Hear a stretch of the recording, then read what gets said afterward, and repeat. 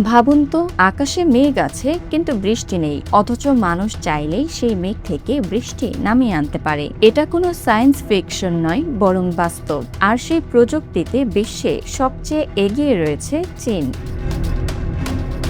কৃত্রিম বৃষ্টি বা ক্লাউড সিডিং এমন একটি প্রযুক্তি যেখানে আকাশের মেঘকে উদ্দীপিত করে বৃষ্টি নামানো হয়। এতে সাধারণত সিলভার আয়োডাইড বা লবণের মতো কণাকে মেঘে ছড়িয়ে দেওয়া হয়, যাতে পানির ফোঁটা দ্রুত বড় হয়ে বৃষ্টি হিসেবে ঝরে পড়ে। এই প্রযুক্তির বৈজ্ঞানিক ভিত্তি তৈরি হয়েছে ক্লাউড সিডিং ধারণা থেকে, যা ২০০ শতকের মাঝামাঝি সময়ে প্রথম পরীক্ষামূলকভাবে ব্যবহার শুরু হয়।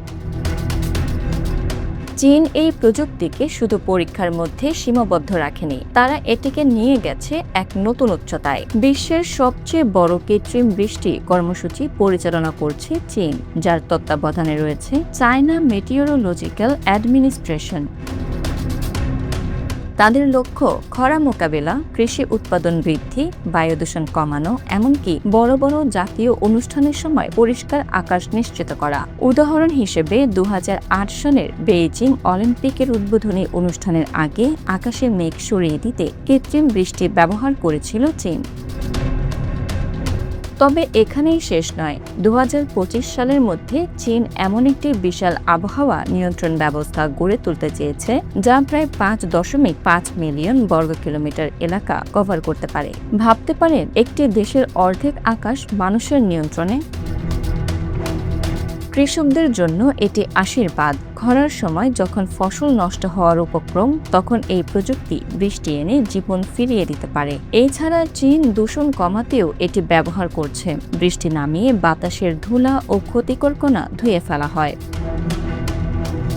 তবে প্রশ্নও আছে, এই প্রযুক্তি কি নিরাপদ? কিন্তু বিজ্ঞানী বলছেন, অতিরিক্ত কৃত্রিম বৃষ্টি পরিবেশের স্বাভাবিক ভারসাম্য নষ্ট করতে পারে। এক অঞ্চলে বৃষ্টি বাড়লে অন্য অঞ্চলে খরা বাড়ার আশঙ্কাও তৈরি হতে পারে।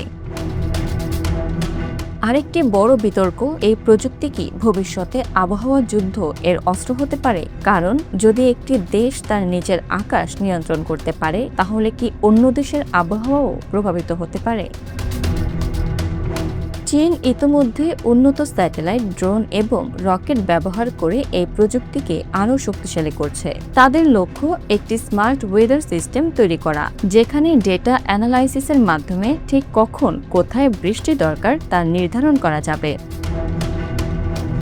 Bangla affairs news desk.